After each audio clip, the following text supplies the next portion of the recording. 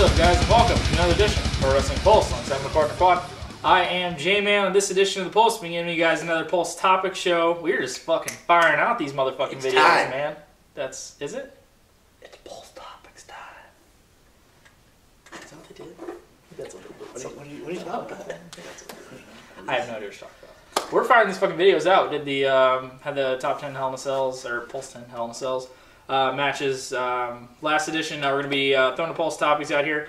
Got a couple things here. One good one, couple that are not so good. A couple of them that we questioned. A couple of them we're questioning. First topic out, we're going to be starting with Bound For Glory here. Coming up on the, I believe, 12th it is, I want to say. Yep. Okay, yeah, the 12th. This one should be coming up, hopefully, I don't know what today is. I think a week, so it'll be a week from now, basically. Today's the 4th. Yeah, coming out with the card, not on television because of, the tape delay on TV that they have with their Impacts. Really only getting a commercial here and there on Impact talking about their biggest pay-per-view of the year, which is Bound For Glory. It's their WrestleMania, as they say. Coming up in Japan on the 12th. Going into this, months leading up, when they talked about this, I was really excited. I knew they would be kind of throwing in some, Japanese talents, to maybe showcase them a little bit, and then, showcase their talent on this show, because after all, it is TNA Bound For Glory, and not New Japan fucking, or, Wrestle One or whatever the fuck it is, Bound For Glory. I am not in favor of anything that they are doing here at all. With the announced card that they have so far, they have 7 matches announced. No setup for any of the guys. I understand it's a hard requirement to get all of the Japanese talent that they have on this fucking card, which is a ton. And let me first start out by saying, I am not in any way, shape, or form do we have any problem with the Japanese talent that could be on the show and utilized on the show, or in general. We love, watching what Japanese wrestling could provide. I'm not fully enveloped in it. I don't go out of my way to catch a bunch of stuff, but if there's something that comes up, I definitely go check it out. So by any means, if there's massive, huge Japanese pro wrestling fans out there, don't shit on us. We're not shitting on them by any means, because we love what they provide. We love the style they provide, and every the influences that they have on great talent that's in America currently, that went over to Japan and got a lot of kind of busted their chops over there. So we have no problem with that. We have no problem with there possibly being some really quality matches on here, which could happen with adding in the Japanese talent, which are known for having really quality matches, because that's what they do. They put on great work. They don't do a lot of fluff bullshit. But my biggest thing thinking about this is when I saw the card and I was like, okay, like I didn't off the bat get a quick thought of it. I gave it some thought, what they're doing here. And basically what to me it looks like is the one night only shows that they have been talking about, or that they've been, coming out with, the Extravaganza, the TNA 10, the fucking Hardcore Justice 12, or whatever the fuck that shit was, the tag tournament one. That's what it looks like to me. It looks like TNA one night only Japan, basically, is what it is. It's not TNA's Bound For Glory. It's not your biggest pay-per-view of the year that you lead into, that in years past you had the Bound For Glory series trying to find a #1 contender for the World Championship, which is not even yet on this card. You don't have a World Championship. You don't have the World Champion. You don't have the former champion on this card. A guy who can be influenced by, I know no spoilers here, but obviously there is a new champion. We won't say that in case anybody wants to know that, but Bobby Lashley is not the champion anymore. It's a very good one when you guys find that out, which I actually predicted, I think, in a couple previous episodes. So yeah, don't have him. Don't have the former champion Bobby Lashley, who has MMA influence being in there, and the style that in Japan that would work great with a guy that they could throw in there, even if they wanted to do a Japanese guy. That's fine. But you have nothing built up with TNA guys going into this show, which is your biggest show of the year. That's inexcusable. You cannot do that. You can't tell me that this is our product, this is our biggest show of the year. It's riddled with talent that casual fans would have no fucking clue of. I don't even have a clue of half these fucking guys on here. I know of some of them, the Kasayashis, those kind of guys. Great Muda's on this show. Tajiri's on this show. You have some other guys that I've heard of. But there's a tag match on here. You can't even, on Wikipedia, you can't even click these motherfuckers' names to find who the fuck they are. And you're telling me that a casual fan that watches TNA is going to buy this pay-per-view? Bullshit. Not to mention, the motherfucker's on tape delay. It's not even live. Which, granted, there's pretty much no fucking way to do that unless they'd air it at some random time in Japan to air it here to normal time. You can't call this your biggest pay-per-view of the year. It's not Bound for Glory. It's TNA One Night Only Japan. That's exactly what it is. If you want to come back and do Bound for Glory at some random time, that's good because that's what a TNA fan deserves. They deserve to, you know, watch the product throughout the entire year, see, like, the pieces come into place, like, oh, shit, maybe they could do this at Bound for Glory, their biggest pay-per-view. We don't get that here. We didn't get the Bound for Glory series, which I thought was a great element over the years past and, you know, provided some great moments and build-up to guys that, you know, we were really looking forward to. You had the Bobby Roodes win it in the past. I think you had fucking Hardy win it before. I don't think Austin Aries won it, but I think he won it as champion. But provided a lot of intrigue going into, you know, Bound for Glory, and you had built up, and you knew maybe you'd get like, oh shit, we'd be getting maybe an Ultimate X here, or, you know, Full Metal Mayhem, or, you know, something something built up that we could really get into. This is not anything I could get into because half, if not 75% of the talent that's on this isn't even on TNA's roster. To me, the way I would do this, I would obviously have built this motherfucker up. I would be pimping the shit out of it and trying to get people to go out of their way to buy a tape-delayed pay-per-view airing in a different country because of the opportunities that it provides. It provides opportunity to see some different talent showcased in a small role. You don't showcase them as the main role because that's what this is. Half, if not 75% of this card is showcased with Japanese talent.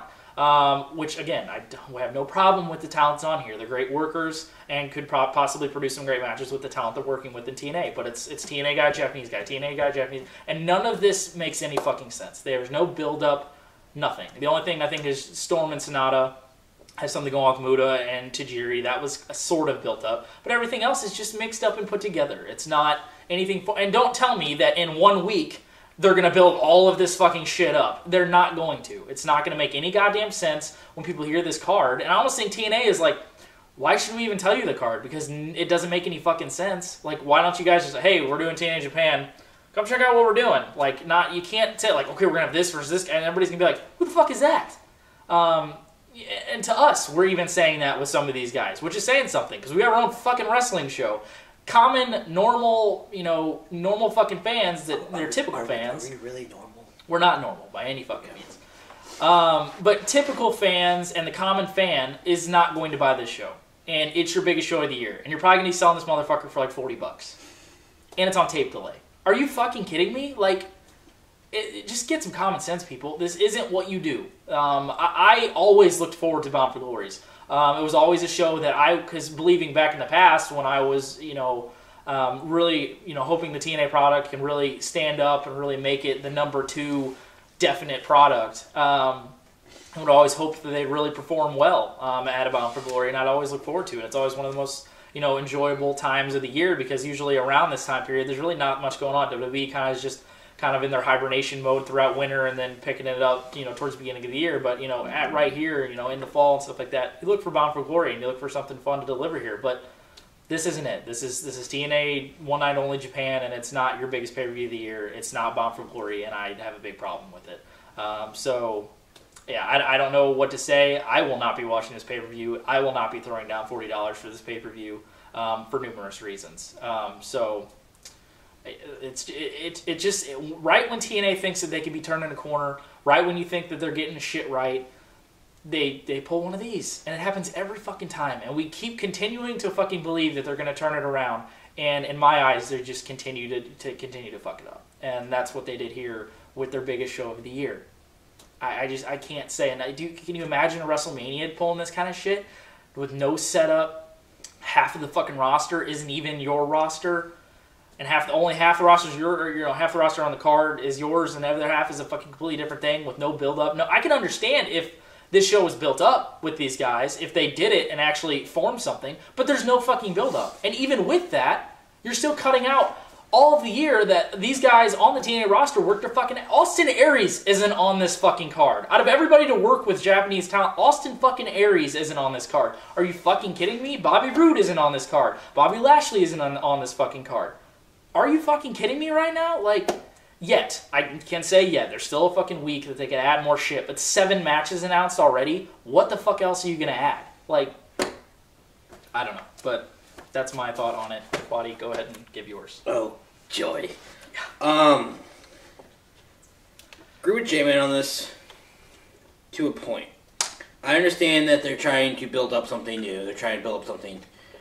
And when I heard they're doing Japan, my mind went to the invasion mode of how WWE had the invasion of WCW and ECW. Maybe all these matches aren't supposed to be set up. Maybe we're going to have something built up in the future. But when I'm actually looking at last year's Bound for Glory card, when you have an Ultimate X match, you have a tag team gauntlet match for a pre-show, you have a 3-way chick match, and you have a no DQ for your title. And let's see, I see 3 people that aren't in the company anymore. And then this year you have fucking people I can't even fucking pronounce. Like, how am I going to spend my hard-earned money for something that makes absolutely no sense to watch? Like, I understand you're trying to spice things up and blah, blah, blah, but when you have no build and nothing's like... What's the video package just going to be? Them sitting in a room playing checkers and somebody loses? It makes no sense. Like, I'm more baffled than... Because I know TNA isn't that intelligent. We've seen it in the past. We've seen Victory Road. We've seen how this company's literally dwindled down to nothing and try to rebuild. And it seems like they're getting on that next pedestal. They're trying to get that final step, and they just fucking face-planted and fell down. And that's going to kill a lot of people from buying this. Because like J-Man said, we're not buying this. I guarantee you half of the people... Because you could just go to your fucking phone and see what happens. Why would you spend $40 when you could spend 2 seconds looking up for spoilers? And like J-Man says, you have no, like, your face of your company is not on there. Who is the face of the company to you anymore? Bingo, you have no face in the company. And then you go over to Japan and have Wrestle One. We're not hating on Japan wrestling, but Japanese wrestling, but we're just more confused of why do you shove all these Japanese wrestlers down our throats when you have all these guys that probably be sitting at home going, oh, I guess I'm not good enough. Austin Aries, oh, I guess I'm dog shit because fucking, let's see one of these names. I'm going to butcher one of these like a Mitch. Like a Mitch. Yeah, exactly. I'm not even going to try. Like, you say you have a Japanese wrestler that's better than Austin Aries? Why do you have him on your roster? You have guys that are better than Bobby Lashley, your former world champion. Who's better than that? You're a champion and you don't have him on your next pay-per-view card? And the best thing out of all this, TNA doesn't even have enough confidence in themselves to have their little for next year. They don't even know if Bound for Glory is going to be around next year. They don't even know if their company's going to be bound for the fucking next pay-per-view. If you're that, like, if you're writing that, like, I'm done with this, fed up, then fucking close the doors. Don't keep shoving stupid shit down our throats. We had WCW do that. Look what happened to them. We had ECW do that. Look what happened to them. If you don't feel comfortable with your own fucking product and your own wrestlers, close the fucking doors. Save us all the fucking time. Save us all the fucking heartache of watching this company just dwindle down to nothing. Save the talent the time and stop wasting them. Look what AJ Styles did. He said, fuck you guys, and left. And Dixie Carter says that what was it, 50%? Don't even give it. This video will never fucking end if you get me on what Dixie Carter said about AJ Styles. But no, Fuck you, bitch. Come on now. If you want to change things up, that's fine. Build something up. Get me excited to buy the pay-per-view. Or don't do it at all.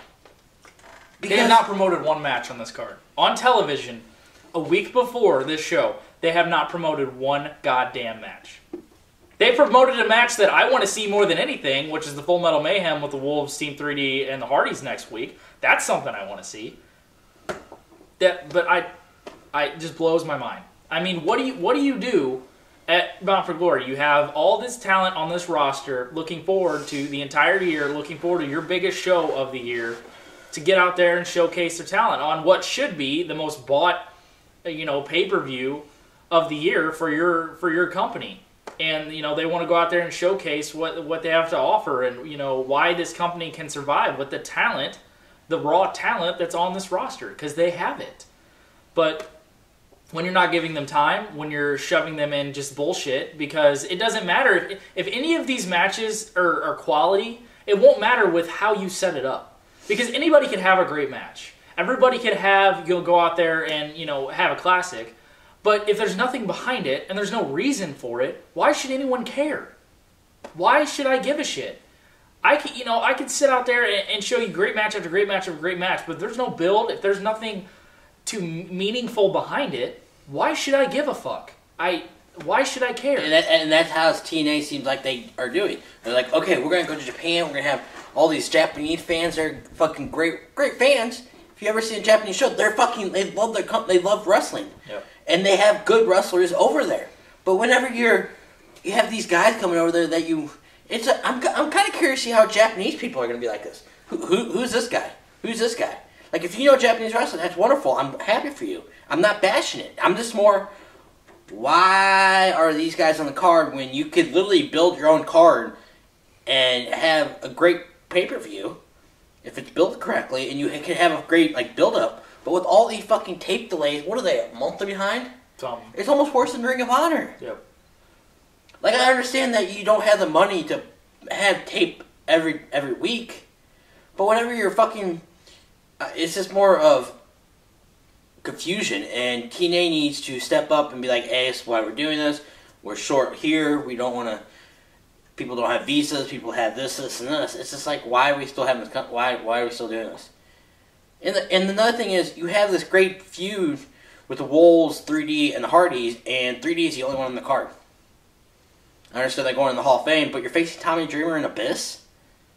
What? You could set that up, too. You could actually set that up. But, with what they're doing, maybe they'll just shove all this shit into 1 week, and then we'll just have to fucking look forward to it. But last time I checked, the thing they've been building around is that Full Metal Mayhem match for next week.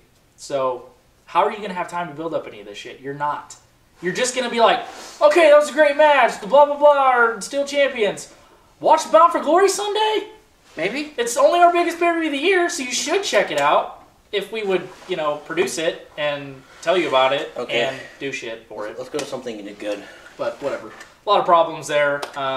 Really was looking forward to that, and they fucked it all up. So we have football Sunday. Way to go, TNA. That is for sure. I'm trying to get my first fucking win.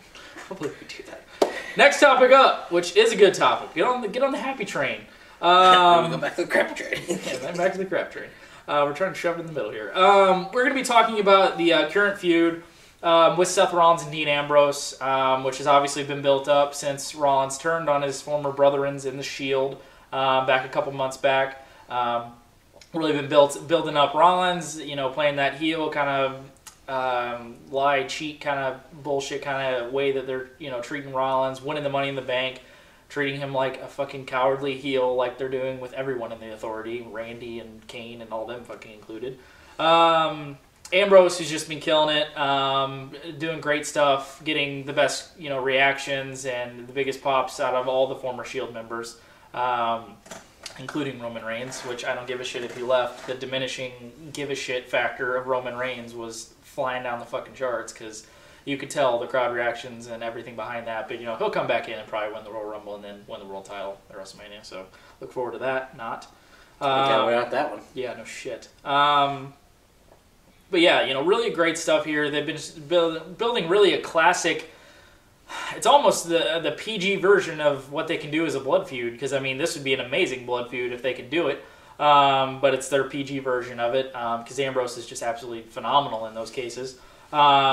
But yeah, great stuff here. I've been loving everything they've been doing. I know they took Ambrose out because I think he went to shoot a movie or some shit with that. The cinder block spot where they had Rollins hit the foot stomp, the curb stomp on that big block of fucking giantness, which just looked retarded. But took him out there, had Ambrose come back, and really just been pushed straight into the number 2 babyface role outside of John Cena. and really been getting good reactions than John Cena, in my opinion. But really throwing him in there with Cena kind of got some interesting interactions there, which is some really good stuff and could be some great signs into the future if they ever end up turning Ambrose heel or ever turn Cena heel, whatever the fuck they end up doing. Probably won't be seeing that, probably the first thing. Yeah, interesting stuff coming up here, possibly at Hell in a Cell. We had Ambrose come back at Night of Champions, do the kind of brawling through the crowd, stuff like that. They had that kind of comedic little segment that they had on Raw with the fucking briefcase and the fucking double dare slime shit coming out and fucking jizzing Rollins in the face.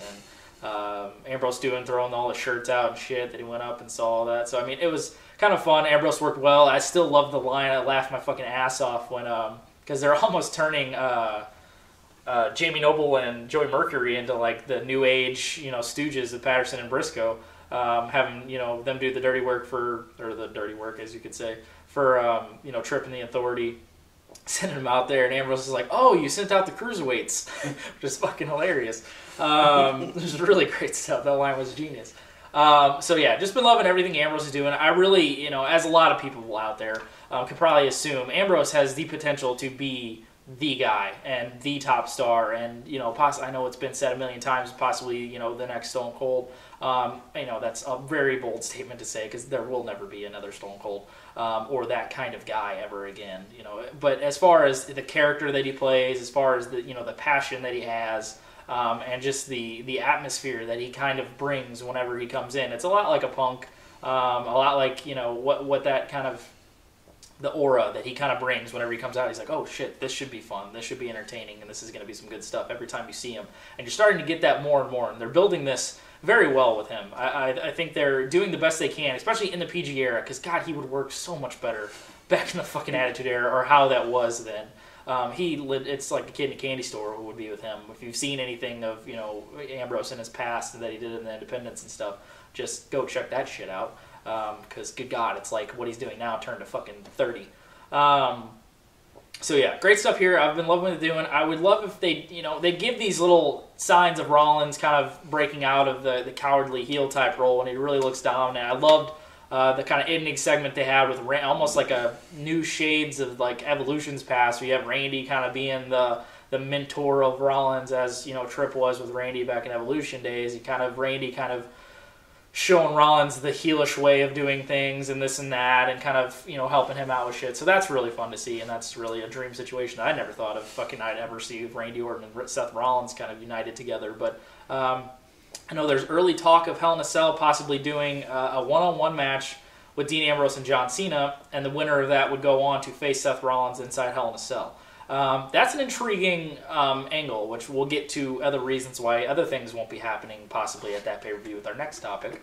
But I would be in favor of this. That could produce two really quality matches. Dean Ambrose and John Cena would just be fucking fun as hell, especially on paper and what they could provide in reality. I would be all for that. And signs of future things that could be happening here with an Ambrose and John Cena. And then obviously you got to have fucking Dean Ambrose win that goddamn match and go in there with Seth Rollins into that Hell in a Cell. I just talk about dream match situation right there. That is a perfect way to finish off this feud, and that is finally, I really think, the first Hell in a Cell in a long time. That I know we talked extensively about Hell in a Cell in the last episode. But that's the first Hell in a Cell in a long time that feels like it deserves a Hell in a Cell. It feels like that should be the match that they need to have. That's their blow off. That's what you need to do with Seth Rollins and Dean Ambrose in this feud. You've had Rollins try to escape and get away. It fits the Cell gimmick. It fits what you need to do there. When most cases you're just throwing a random feud that just started up inside of a Hell in a Cell because, hey, it's October, we need to do a Hell in a Cell because we have this Hell in a Cell pay-per-view, well, we'll throw them in a Hell in a Cell. When in all actuality, it's you build, and then you put it in there because what they've built up deserves to be thrown into a Hell in a Cell. So this is the first one in a long time that feels like this has to be a fucking Hell in a Cell, and this has to fucking happen. If they have Cena go over Ambrose, good God, I might chuck the fucking remote at the goddamn TV because that would be terrible. You would have to have Ambrose somehow go over. That's why I just don't think you would have it. And they're talking about doing it in the first fucking match. You're going to have John Cena just job out in the first fucking match. Like, doubt that's going to happen. So I'm thinking that some other situation would happen. I would be fine if they just made it Rollins and Ambrose. Just do it. I don't give a shit. just go ahead and do it, because John Cena should be probably doing something else, but again, we'll get to what he probably won't be doing anymore. But loving what Rollins and Ambrose have been doing here. Love what the future holds for both of them. Been two of my favorites for a very long time, and they both have amazing futures, as we've talked about, previously. So really looking forward to what the future holds with that, and really hoping we get that Ambrose Rollins, cell match at the Hell in a Cell pay-per-view. If we actually have the Rollins Ambrose cell match, we may have to redo our top 10. There's a good chance we might have an editing job to do. Whenever if you told me a year ago that we're gonna have Rollins and Ambrose at the Hell in a Cell main event, I would probably be like, yeah, you're fucking half retarded. Just seeing these two and just seeing the way they work so well together, they work hand in hand, and like J-Man said, Ambrose may be the next Stone Cold, just because not even the way he wrestles, just the way he carries himself, the way he's like, fuck you authority, fuck you, blah blah. I could see maybe Ambrose and Tripp having a match soon. That would be intriguing, but not fucking putting Cena down our throats.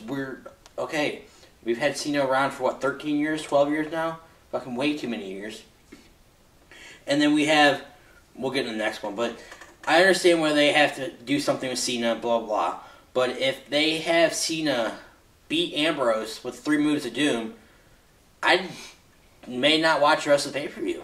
Because that would just be like, why? So we could see Cena and Rollins, and what fun is that? Where we could see like 2 young guys go at it, Ambrose and Rollins, where you don't know what they're going to do, blah, blah, and then you have the authority, and then you have the aspect of the whole cell thing. It's just more of like, so much more shit you can do, different spots, different this and that. But when Cena, his jean shorts can only get so high in his vagina, you really can't do a whole lot with Cena, because you have to save that baby face, because if he gets an ouchie or a boo-boo, no fan's going to want to love him. Like, so sad. But I totally agree with Jay, man. This if they get this in the Hell in a Cell, that will end this feud perfectly. And if they want to continue, they can. But just where they sit on this feud, like on the feud pedestal, that's the only one that would make sense with the Cell. Right. Because you kind of throw in everything else. We don't know. Unless you do something with Wyatt, but we've already seen Wyatt in that Cell, and we see how he works. And Wyatt's really just doing great epic promos that we saw Monday. Have you seen Bray Wyatt in Hell in a Cell? I don't think we have. Oh, we saw him Steel Cage. Cage, that's right. I was like, I don't think we've seen him in one. I think we would have remembered that. Yeah. My bad. Just, you don't have anything built, like, continue on. And this Hell in a Cell pay-per-view is, 2 weeks? 28th? It's, yeah. 20, no, not 28th. It's the 19th. 19th. Yeah. That's 2 weeks from now. And there's stuff built, but not really for the Hell in a Cell paper aspect. Not anything that's continue on from the past Night of Champions. Right. Unless you do something, there's little stupid gimmicks or stupid feuds you could do in there. Well, there is something else, but again, we'll get to it. God damn. I mean the stuff we see on TV. Right. We actually get. We actually get to see. Right. But when you have Rollins and Ambrose, and that feud's been going on since fucking Mania. What's that? Who's that? Rollins turn on Shield after Mania? Yeah, it was right after. It was after Extreme Rules, because they did Shield and Evolution Extreme Rules. That's right. So it was a little bit after that period of time. But it's been going on for. It's the only thing that would make sense, and if they don't do it, then they're shooting themselves in the foot, and then we'll have 2 pay-per-views we probably won't be happy for. Yeah, true that. But hopefully we get that, and we can't. Goes without saying, even if they don't. What they've been doing with Rollins and Ambrose has been really quality stuff, and everything that we've hoped for with these guys. They're producing these young talent as guys of the future and almost guys of the damn present with what the injuries and everything that they've been going on with. So good stuff there, and great to see that they provided that. My bad. And it seems like Jamin said, with all these injuries and departures and all that, you've had to throw a lot of these guys up there, and some of them really haven't stuck. Yeah. Like they tried to throw Cesaro in there. They didn't have a whole lot behind him, and then you have Daniel Bryan's injury, and then you have that CM Punk. Could you imagine? Just think of this one. Just think of this.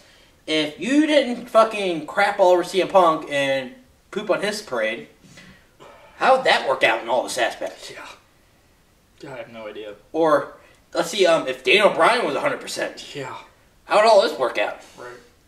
Or if Eddie Guerrero didn't die. Of Owen Hart didn't die. I mean, shit. I can look at this Hell in a Cell 2014 with Owen Hart. Watch the fuck out. No, you know what I mean, though? If yeah, I do. All these guys didn't, like, get hurt, or if they didn't really have, like, faith in them, like, if what you could do, and I'm kind of more curious of, okay, we have this great Hell in a Cell pay-per-view. What about all these guys down at NXT?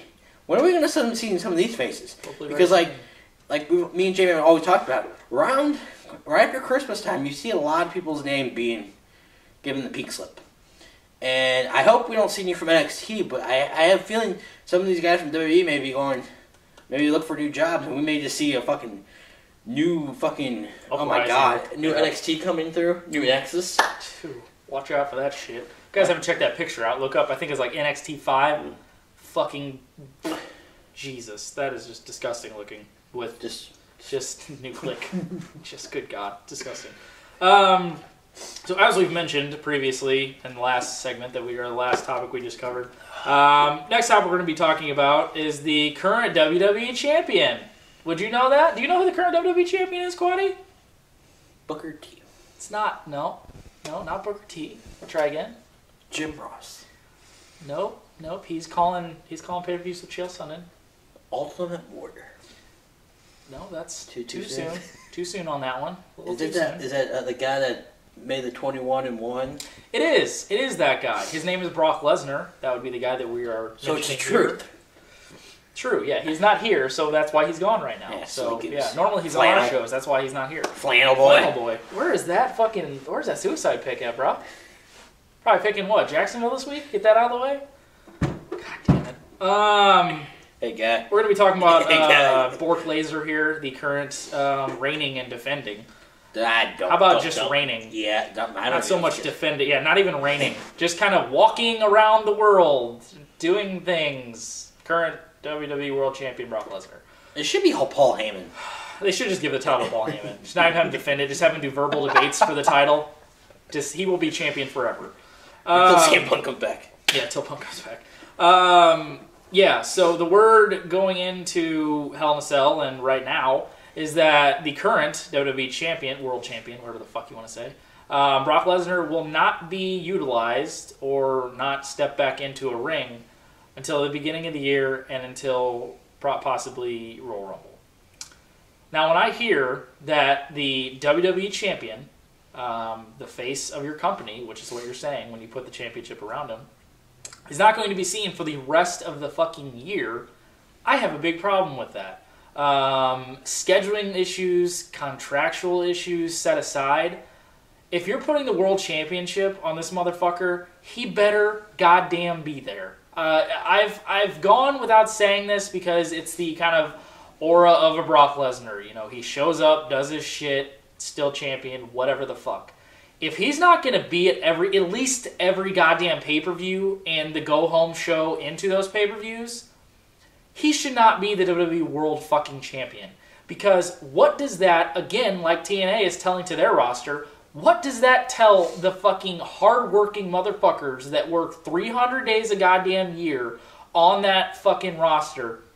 What does that tell those guys that don't, get the chances, that don't have the opportunities for this shit? And we have a guy come in just because of who he is, just because of, what they're producing him to be, which I can't say that has been bad. They have produced him the way that he is, and, they have gotten over the fact that he is, the most dominant force, took out Taker, destroyed John Cena, whatever the fuck. But you can't do this. You can't tell your fucking roster that, this guy's going to come in, he's going to have about, 6 to 8 appearances, with this fucking run. And half of those are going to be the times that he wrestles. Maybe not even half of those are going to be the times that he wrestles. But I'm going to need you to work Monday, Tuesday, Wednesday, the weekend. And then we're still going to shit on you. What the fuck is that? And when you're telling talent to Dolph Ziggler, or you're telling talent to fucking, that Rollins and Ambrose is the guys that are out there kicking ass right now, that I'd put the title on them in a fucking heartbeat, and no one fucking watching, and no one in those fucking crowd would have any goddamn problem with that. You want to know why? Because that's what they want to see.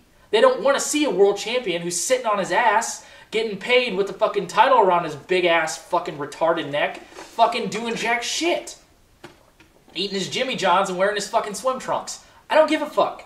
Sick of this. I'm finally fucking fed up. That's fine. You produce him, you do this. If you don't at least have him on your go-home show into every pay-per-view leading up to a fucking title defense, I have a big fucking problem with this. Because now we have a Hell in a Cell pay-per-view that you could put a title on, and you could have John Cena and Brock Lesnar. Does it make any fucking sense? No. But at least you'd have your goddamn world champion in a fucking gimmick match that is built up with all this bullshit. And you can say how outside interference at Night of Champions caused John Cena to not be able to win the championship, so we're going to make it to where no outside interference can happen, and we're going to put us in the Hell in a Cell. Because what did they get over? They got over the fact that John Cena can now stand up to Brock Lesnar and is possibly capable of beating him, and he had him in the move. They could have tapped out, and then Rollins came out and tried to cash in. Well, we can't have that now, because we're going to put it in the Hell in a Cell. It's all there, step by step. ABC fucking monkey booking. Like, retards can do this shit.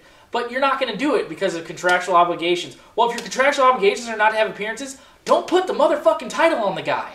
Fuck. I mean, just this shit is just getting so retardedly irritating. It blows my mind. Just people with common sense in that company should just be like, what the fuck are we doing right now? Like, we have a great feud. We have Rollins and Ambrose. They're going to do their shit. We don't have our world champion that took out the fucking Undertaker at the beginning of the year, that just fucking ass-raped John Cena at SummerSlam. We're not going to have him here? Oh, no, he's contractually obligated not to have these many appearances. Well, I don't know. How about we not contractually give him the fucking title then, dipshits? Blows my mind. But, I mean, we still have time. Could they possibly change something and add him on here? Maybe. Do I see it happening? No. But that's what we're fucking getting with your current reigning and defending, where at, WWE World Champion Brock fucking Lesnar. Way to go. Okay. It's been a while since I've gone this one through, so it may take me some steps. 30 days of non-wrestling, you get stripped of the title, correct? Supposedly, and kayfabe gimmick, right. Thank you. So you put a title, I understand injuries came up. I understand people left. I understand you can't trust people. But you put a title on somebody just because of his name? Wait, what? So if you're telling me, okay, let's just say Brock Lesnar breaks his neck, eating a fucking Jimmy John or sucking Paul Heyman's dick. If Shawn Michaels came back, would you give him the straight title? Or Hulk Hogan, or Bret Hart, or Stone Cold, or any guy just based on his name, not what he does in the ring, or not how many appearances he makes. Would you just give, here you go, you win the title. I didn't wrestle, but you still, your name's been around. You know, you've had a couple good feuds here and there. Here's the thing though, you're gonna wrestle at SummerSlam and the Night of Champions, but you get 4.5 months off. But you're still a champion, so you get paid probably triple what Dean Ambrose, Seth Rollins do when they're wrestling 350 days a year. Cesaro, Dolph Ziggler, all these. When you have all these names in the back, when you have guys sitting there with their finger up the butt going, oh, what am I going to do? Oh, I'm not even on the pay-per-view. You know what this little thing, feels like I'm dealing with TNA again. Feels like I'm going over the whole TNA thing we were talking about. When you have the world title on somebody, but you don't want to put them in a match because of bullshit. What? His MMA contract won't let him do what? He can't wrestle? Fucking put him in a cage! Let's see him fucking fight somebody in MMA right now. Let's see how fat fucking Brock Lesnar can do in an MMA cage right now. He may die of dehydration, but we know we'll have a swimming pool afterwards so we can have some fun. Did you also hear that? There was just not to cut you off, I'm sorry, but there was a word, speaking of dehydration, there was word that he was having heart problems in the Night of Champions pay-per-view, and that's why his face started to look purple, and he started to look like he was going to fucking literally pass out, because there was supposedly heart issues that Brock Lesnar is having now. Maybe because his heart's not into the company. There's an analogy for you. Watch out for that. Maybe he's just not... He feels bad that he's taking... I think, I guarantee you, if I ever met Brock Lesnar, one, I'd probably kick him straight in the testicles, if he has any. Hard! Two, ask him some... Do you love WWE? Will you go wrestle 300 days if your contract lets you? Or are you just there for the bottom dollar? Or you're just there to say, hey, I'm a 5-time, whatever the times he's a fucking world champion. What? Do you not love the company you work for? Because I guarantee you, if you get the fucking title to a Dolph Ziggler, Seth Rollins, Dean Ambrose, Cesaro, Daniel Bryan, fucking Kofi Kingston. Give it to somebody, and I guarantee you, Fuck. first of all, your viewership will fucking explode because they're like, what the fuck? He lost his title to who? And you'll have guys that'll start getting built up. And then you'll have more following behind the guys. Because I guarantee you, if a Kofi Kingston or Dolph Ziggler or a Cesaro wins it, more people will watch it from where they're fucking from. Kofi's from, what? South Africa. Supposedly. Probably from like New York or something. Yeah. Then you have guys down in NXT. And I guarantee you, let's see, if you gave the title to a fucking Tyson Kidd, and you let him wrestle 300 nights a year, it will be fucking awesome. Because when you win that world title, you get the aspect of being the best in the company right now. Who wrestles 300 times a year, who defends a title every day. And you know what? I'm about to pull this card right here. Give it back to John Cena. Because you know what? He may not be the best wrestler. His fucking promos may suck dog. But he's there 360 days a year. He works his ass off. Works his ass off and sells fucking merchandise out the ass. Look at this Quaddy turning this fucking new leaf. Look at this shit. Just come on. Got his bright ass red shirt on too. What the fuck? I know, I'm ready to go. Ready to go. It's just more of a confusion than, okay, injuries happen, shit happen. You always have plan B. And if you don't, this is what happens. We're going to end up with Kane with the title. With his fucking dress pants. What about Great Khali? Where's that mother? Let's see him try. Go to India and everybody jizz themselves. Maybe he can go fucking wrestle TNA. He'll get the Big Show, and then he'll just be the political fucking just asshole. What is he gonna wear, the Russian flag? Tearing fucking. Oh my god, it's so retarded. Like this booking, I understand. Like J-Man said earlier, it goes into hibernation mode around this time every year because I guess WWE realizes Monday Night Football, yep. And they realize they can't compete. The way Monday Night Football's been looking, you pretty sure you better step up because this 3-hour program is not really keeping me into it. You have to drop it down to 2, get a world champion that's there every week, and start using guys correctly, or you're going to have people start dropping like flies, and that WWE Network price is going to start jacking up because you have to cover that bottom dollar. Did we say go Cardinals? Did we say that yet? Oh no, I'm just letting that motherfucker sit there like that. Just sit. Just suck her dick. Go Jamal Charles. It didn't matter if I was playing a nameless, faceless fucking monkey. The way my fucking year's going. God damn it. So yeah, got some problems there. That's for sure. We are looking forward to hopefully seeing that Dean Ambrose Seth Rollins Hell in a Cell match. That's gonna be. I hope fucking Survivor Series is worth it. Yeah, because we're kind of going to that in November. Kind of coming here to our hometown of the Lou, so hopefully that'll be good. Won't have to probably get to see Roman Reigns, so that'll make me a little bit happier. That'll be good. Sure. I hope. I swear to God, if he comes, he'll probably return. And I'm gonna GTS you right there in the middle of the stadium. You said he was gonna be here, goddammit! He promised. Probably won't see the world champion there either. Hopefully, no monsters take off. That's supposedly one of your big 4 pay-per-views of the year. Way to go. Hey, look at Bound For Glory's big. The only pay-per-view they've had this year? They've had a couple other ones. Because at Slammiversary, they announced all of these things, and they had like a Hall of Fame announcement that would be happening at their biggest show of the year. Okay, my head hurts. So yeah, thought we'd get a couple of these things off our chests for sure. Yeah, be looking forward to our Hell in a Cell preview coming up in deuce weeks with no Bound For Glory preview because, yep. They're not previewing TNA it. Doesn't even preview it, so why the fuck should we preview it? Their own goddamn company doesn't, so that's what you're going to get for it.